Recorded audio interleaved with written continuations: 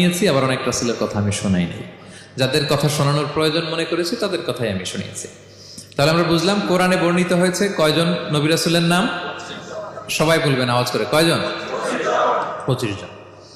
এবং এই 25 জন নবীর মধ্য থেকে 6 জনের নামে আল্লাহ 6টা সূরা ডেডিকেট করেছেন কোরআনে।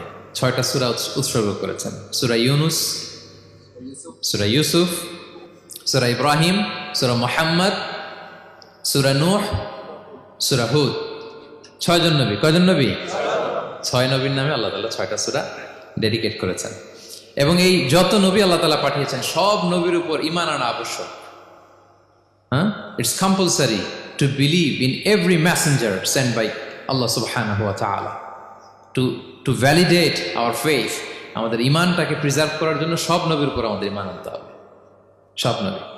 আমরা যে ঈমান আনি, ঈমানে মুফাসসাল, যেখানে 7টা বিষয়ের উপর